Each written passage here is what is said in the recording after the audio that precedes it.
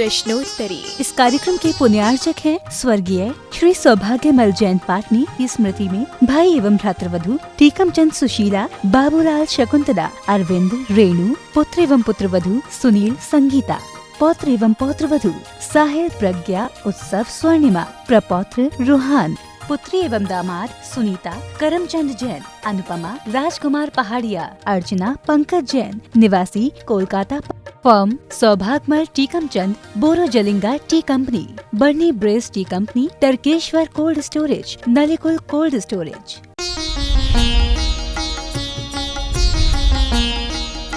सुधा प्रश्नोत्तरी। नमोस्तु गुरुदेव, महाभारत युद्ध के समय क्या तीर्थंकर नेमिनाथ जी उत्पन्न हो चुके थे? महाभारत युद्ध के नेमिनाथ भगवान का उत्पत्ति का तो काल है, क्योंकि शौरीपुर बटेश्वर में उनका जन्म हुआ और जब युद्ध हुआ है तब द्वारका का स्थान बन चुका था, द्वारका की स्थिति बन चुकी थी और द्वारका के अंदर उन्होंने कई बार पांडव द्वारका के लिए गए, ऐसा उल्लेख मिलता है पांडव पुराण में, और वैष्णव दर्शन में भी द्वारका का उल्लेख मिलता है। तो इससे सिद्ध है कि नेमिनाथ भगवान का जन्म हो चुका था, पर नेमिनाथ भगवान उस समय घर में नहीं थे, वो दीक्षा ले चुके थे, ऐसा मानते थे। नमोस्तु गुरुदेव, जब केवली समुद्रघात होता है तो उस समय केवली भगवान के कौन कौन से योग होते हैं? जब समुद्रघात करते हैं तो उस समय जब वो अनाहरक दशा में रहते तब कारमण का योग है, और जब अनाहरक दशा में नहीं रहते हैं तो औदारिक का योग है। औदारिक का योग, मन वचन काय के तो योग अपने आप में बताई गए हैं कि वो द्रव्य रूप से, भाव उपयोग रूप तो होते नहीं, लेकिन औदारिक का योग मुख्य रूप से होता है।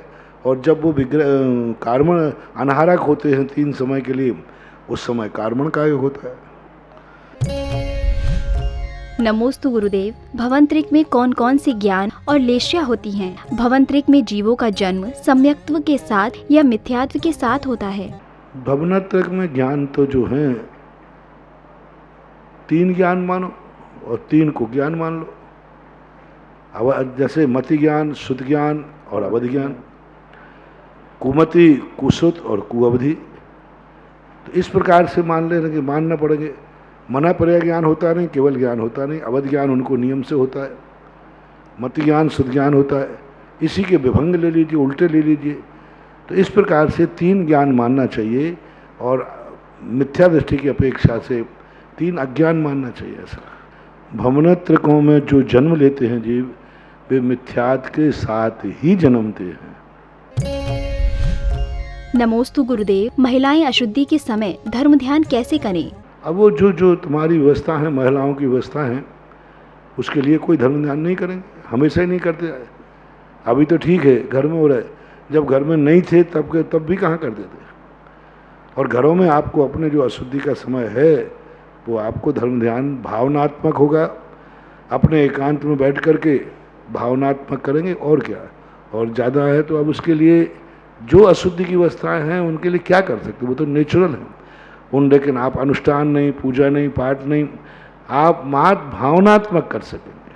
अब तुम्हारे घर के बाहर चुंगा लगा है माइक पंचकलना का, प्रवचन का, तो सुनने में आ रहा है तो कानों को बंद थोड़ी कर लेंगे, चला करके नहीं सुने, लेकिन अब टीवी घर में चलेगा तो आप सुन लेना, प्रवचन सुन लेना बैठ के शांति से, पर किताब आदि नहीं मत लेना ऐसा करना।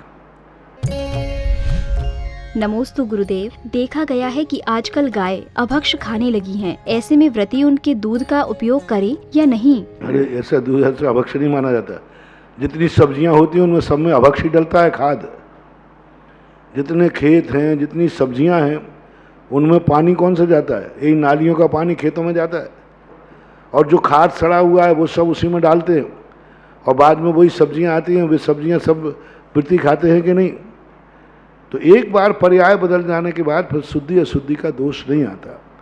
गाय ने खाया और वो दूध के रूप में परिणत कर गया, दूध अशुद्ध नहीं है। आपका नाली का पानी, खाद जो है खेत में चला गया, और खेत में जाकर के उसमें से अंकुर आकर के फल आए, वे फल अशुद्ध रूप में नहीं माने जाते, ऐसा माने। नमोस्तु गुरुदेव, बेटियों के साथ ससुराल में मायके जैसा व्यवहार क्यों नहीं होता और उनके विचारों को क्यों नहीं सुना जाता? ऐसी बात नहीं, सुना जाता है। अब अपवाद मार तो सभी जगह है, बाप बेटे में भी झगड़े होते, लेकिन ऐसा थोड़ी है। आज यदि तुम्हारी सुनवाई नहीं होती तो संसार कैसे चलता? 90% ससुराल में अच्छा ही होता है, बदनामी 10 लोगों से होती है। रास्ते के समान है ये दुनिया। एक रास्ते में दिन भर में से 1000 गाड़ियाँ निकली, एक गाड़ी का एक्सीडेंट हुआ, वहाँ बोर्ड लग जाता है मोड़ खतरनाक है, और मोड़ कहता है कि साहब मैंने 1000 गाड़ियाँ सकुशल निकाल दी, एक का ही तो एक्सीडेंट हुआ। ऐसा ही गृहस्थी में ये जो सब बदनामियाँ है 10% की है, 90% गृहस्थी अच्छी ही होती है। यदि गृहस्थी में ससुराल में सुख नहीं होता तो आज के बाद बस शादियाँ बंद हो गई होती अभी तक। यदि ससुराल जाने से दुख होता तो शादियाँ बंद हो जाती अभी तक, कोई शादी करते ही नहीं, कोई लड़की ससुराल जाते ही नहीं। इससे सिद्ध है कि ससुराल जाने में दुख कम है, आपकी दृष्टि से सुख ज़्यादा है, तभी तो लोग लड़कियां शादियां करती हैं, तभी तो शादियां करना नहीं क्यों करती? दुख का कारण कौन बनेगा? हर साल शादियां होना बता रहा है, ससुराल में सुख है तभी तो शादी कर रहे हो। दुख होता तो ये सब बातें अपवाद मार्ग है। जैसे मैंने कहा ना, एक गाड़ी का एक्सीडेंट होती अपन कहते हैं रोड खतरनाक है, 90% सब सही है। 90% गृहस्थी के जो संबंध हैं वे सब सही हैं। कोई नहीं कहता ये जो कहते हैं ना लड़की पराए घर की है, वहाँ जा कर के माँ कहती है पराए घर जाएगी, इधर सासू कहती पराए घर की है, ये कुछ नहीं कहते, 2-5% कहते हैं। बाकी सबकी गृहस्थी अच्छी चलती है, सब बढ़िया चलती हैं। और ये नहीं कह रहे हो कि लड़कियाँ जो घर में पीहर में दादागिरी नहीं दिखाती, ससुराल में जाते ऐसी दादागिरी दिखाती है, सबको तहस नहस कर देती है, सारे परिवार को तहस नहस, ऐसी गुंडागिरी दिखाती है। हुकूमत बेचारे उस पति को भी अपने कंट्रोल में लेकर के 25 साल की माँ से अलग कर देते हैं। ज़्यादातर तो ऐसा होता, उल्टा करो। ज़्यादातर तो ससुराल में जाने के बाद, जो तुमने प्रश्न किया ना वहाँ सुनवाई क्यों नहीं होती, ज़्यादातर तो लोग जो ससुराल जाने के बाद ऐसी सुनवाई करते हैं कि दूसरे की सुनवाई नहीं होती। तो ऐसा नहीं, सब चलता है संसार में। एक रास्ता है तो एक्सीडेंट तो होंगे, लेकिन एक्सीडेंट होने से रास्ता बंद नहीं होगा। नमोस्तु गुरुदेव, जिन छोटे बच्चों को अक्षर ज्ञान तक नहीं है, उन्हें हम तत्वार्थ सूत्र, भक्ताम्बर जी आदि गाथाएं याद कराते हैं और वे याद भी कर लेते हैं। क्या उन्हें उनका पूर्व जन्म का पुण्य होता है? कारण रहता है। कुछ पढ़ने रूप अंतराय कर्म है, पढ़ने रूप आवरण है, सुनने रूप नहीं है। 5 इंद्रियों का क्षेपसम भिन्न भिन्न है। मन में स्मृति बनाने की या आंखों से पढ़ने की क्षमता नहीं है। मत ज्ञानावरण का क्षेपसम ज़्यादा है और उसके शुद्ध ज्ञानावरणी कर्म का क्षेपसम है। छोटी बच्चियां पढ़ नहीं पाती लेकिन याद कर लेते, ऐसा। नमोस्तु गुरुदेव, सुदामा, राधा, अश्वत्थामा, गुरु कृपाचार्य, माद्री आदि का वर्णन क्या जैन शास्त्रों में मिलता है? कुछ नाम मिलते हैं, माद्री है, अश्वत्थामा भी मिलता है, लेकिन इनका स्वरूप अलग अलग है। जैसे उन्होंने कहा कि अश्वत्थामा अभी भी जिंदा है, ऐसा नहीं है। हमारे यहाँ अलग ढंग से नाम तो मिलते हैं, लेकिन उनके स्वरूप में अंतर है, उनके क्रियाकलापों में अंतर है। राधा का नाम जैन दर्शन में नहीं मिलता, रुक्मणी का मिलता है, सत्यभामा का मिलता है, अश्वत्थामा का मिलता है। कुछ नाम मिलते हैं, कुछ 1-2 नाम नहीं मिलते। नमोस्तु गुरुदेव, हरी सब्जियों को जैसे टमाटर, भिंडी आदि तक को लोग सुखाकर रख लेते हैं और बाद में उपयोग कर लेते हैं, क्या ये खराब नहीं होती? कुछ चीज़ें ऐसी हैं जो खराब नहीं होती, सूखने के बाद लकड़ी बन जाती हैं, कंकड़ हो जाते हैं। अब जैसे आंवला है, सूखने के बाद लकड़ी बन जाता है। जनपद सत्य है, जैसे लकड़ी पत्ते सूख करके, अब तुलसी के पत्ते हैं, पौधीना पत्ता है। अब देखिए पौधीना पत्ता है, अब पौधीना बिल्कुल हरा होता है, लेकिन सुखाने के बाद साल भर काम लेते। बुंदेलखंड की तरफ जाओ आप, सारी भाजियाँ सुखाते, चने की भाजी, उनका मेथी की भाजी, यहाँ भी सुखा दे। चने की वो मेथी की भाजी सुखा लेते, साल भर काम आती। पालक की भाजी सुखा दे। तो ये गृहस्थों के लिए काम है, इनमें कोई बड़ी बात नहीं है। नमोस्तु गुरुदेव, अधिक मास का क्या परिणाम होता है? अधिक मास में क्या करना चाहिए और क्या नहीं? अधिक मास को अच्छा नहीं माना गया। कोई भी नए कार्य अधिक मासों में नहीं करना चाहिए। इन मासों को बहुत शांतिपूर्वक, धर्म ध्यान पूर्वक व्यतीत करना चाहिए।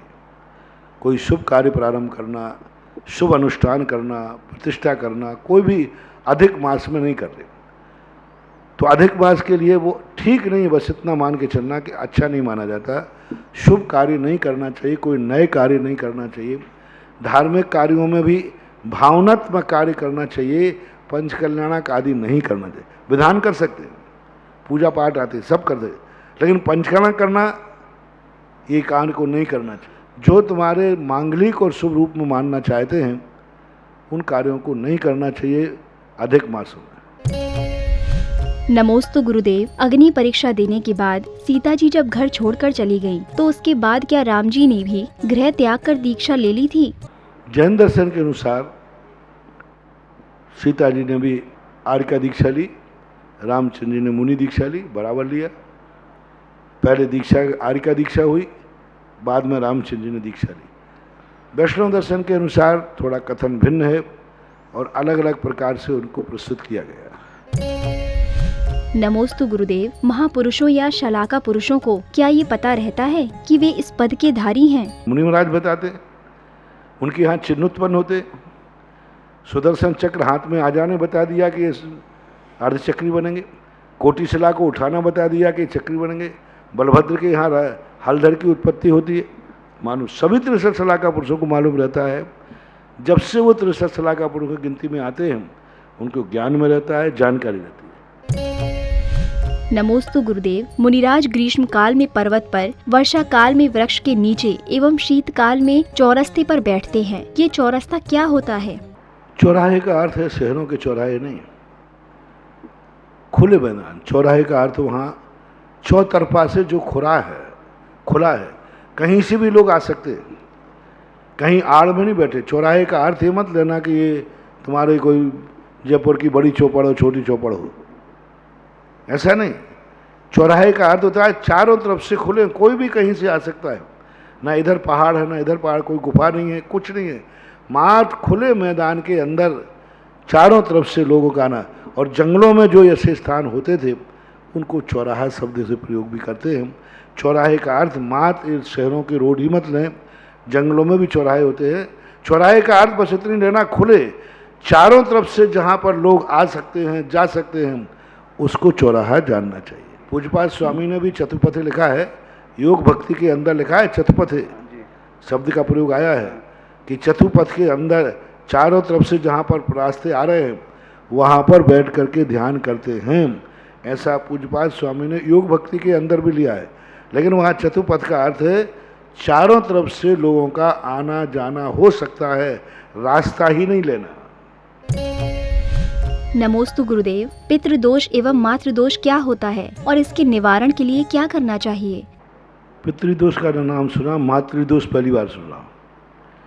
जैन दर्शन के अनुसार पितृदोष नाम से अलग से कोई भी शब्द का प्रयोग नहीं किया। मात भावनात्मक रूप से मिलता है। अपने पूर्वजों के आए हुए कुलाचार को, जो पूर्वज लोग जो आचरण करते थे उस आचरण को छोड़ देना ही पितृदोष है और उस आचरण को बनाए रखना ही पितृदोष का निवारण है। जैसे जैनियों के पूर्वज रात्रि में नहीं खाते थे, छना पानी पीते थे, अभक्ष नहीं खाते थे, बिना अभिषेक पूजन के भोजन नहीं करते थे, और तुमने छोड़ दिया तो आपके ऊपर पितृदोष लग गया। और उस परंपरा को आपने कायम किया तो आप पितृदोष से बरी हैं। बस इतना ही भावनात्मक रूप से मिलता है, बाकी पितृदोष न मानना चाहिए। और ना ही वो पितृदोष से कोई ताबीज़ पहना देते हैं बच्चों को चांदी से, सोने की बना करके, ये सब ठीक नहीं है, मिथ्यात्व की कोटि में आता है। नमोस्तु गुरुदेव, देव शास्त्र एवं गुरु की अवर्णवाद से क्या तात्पर्य है? अवर्णवाद का अर्थ है विपरीत। देव के संबंध में जो देव होते हैं वे कबलाहारी होते हैं, वो बीमार होते हैं आदि आदि। मुनि संघों का अपवाद उड़ाना, उनका विपरीत भाव करना, उनको नहीं स्वीकार करना, शास्त्रों में हिंसा आदि बातें लिखी हैं ऐसा धार्मिक रूप मानना, ये देव साध गुरु का आवरणवाद होता है। इसका विशेष वर्णन शर्वार सिद्धि के अंदर जहाँ मोहिनी कर्म के बंध के कारण गिनाए हैं, दर्शन मोहिनी के, वहाँ पर सूत्र दिया है, विस्तार से वहाँ से पढ़ लेना। नमोस्तु गुरुदेव, अपने भावों की विशुद्धि बढ़ाने और पुण्य को प्रगाढ़ करने के लिए श्रावक को क्या करना चाहिए? श्रावक के लिए जो सबकाचारों वर्णन है, सबसे पहले आवृत्ति के लिए अपने षड आवश्यक को निरातिचार पालन करना चाहिए, उत्साह के साथ पालन करना चाहिए, भार मान के नहीं, अवभाग्य मान के करना चाहिए। किसी प्रकार उन षड आवश्यकों को दोष न लगे। 16 कारण भावना में आया है, आवश्यकों में अपरिहार्य, आवश्यकों को नहीं छोड़ता है वो किसी भी हालत में। तो जो व्यक्ति अपने आवश्यकों को हर परिस्थिति में पालन करने का प्रयास करता है, उसका पुण्य सशक्त होता है। वृत्ति जो है वो अपने व्रतों को अवभाग्य मान के व्रतों का पालन करते हैं, तो वृत्ति के लिए भी पापों की निर्जरा और पुण्य का श्रीवर्धन होता है, ऐसा मानना चाहिए। नमोस्तु गुरुदेव, आगम और आध्यात्म में क्या अंतर है?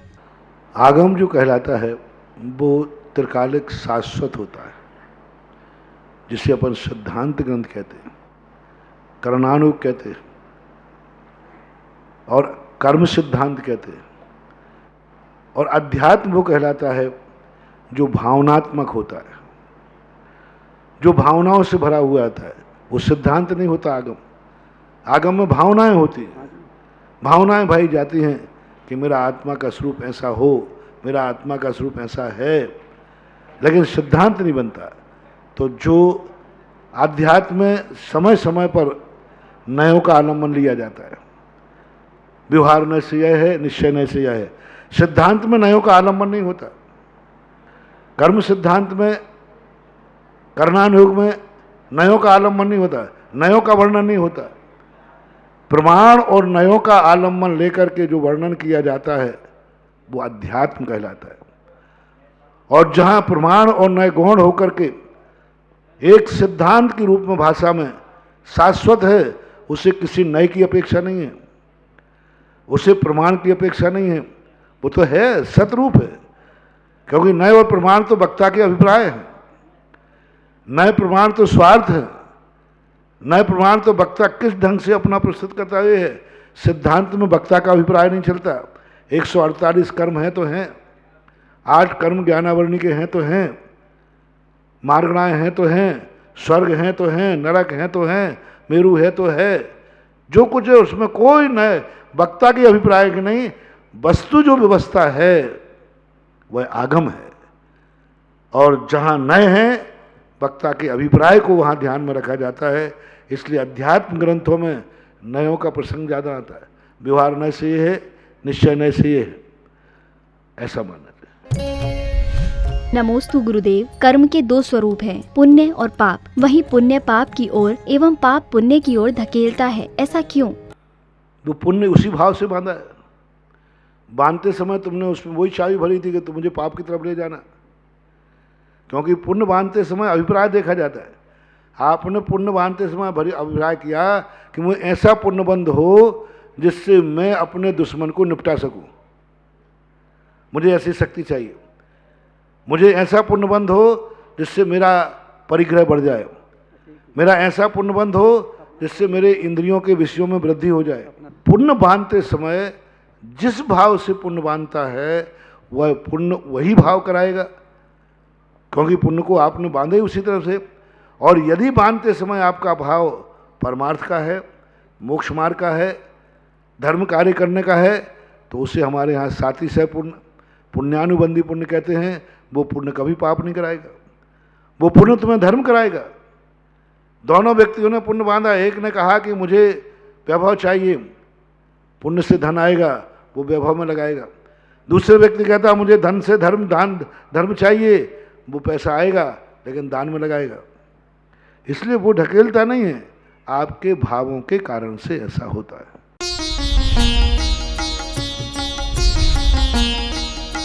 सुधा प्रश्नोत्तरी।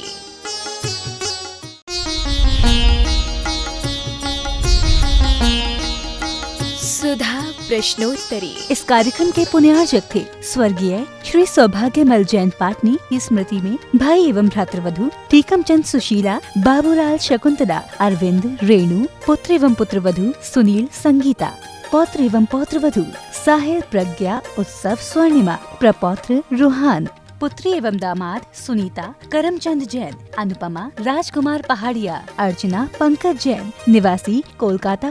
Firm Saubhagyamal Tikamchand, Borojalinga tea company, Burnie Braes tea company, Tarkeshwar cold storage, Nalikul cold storage.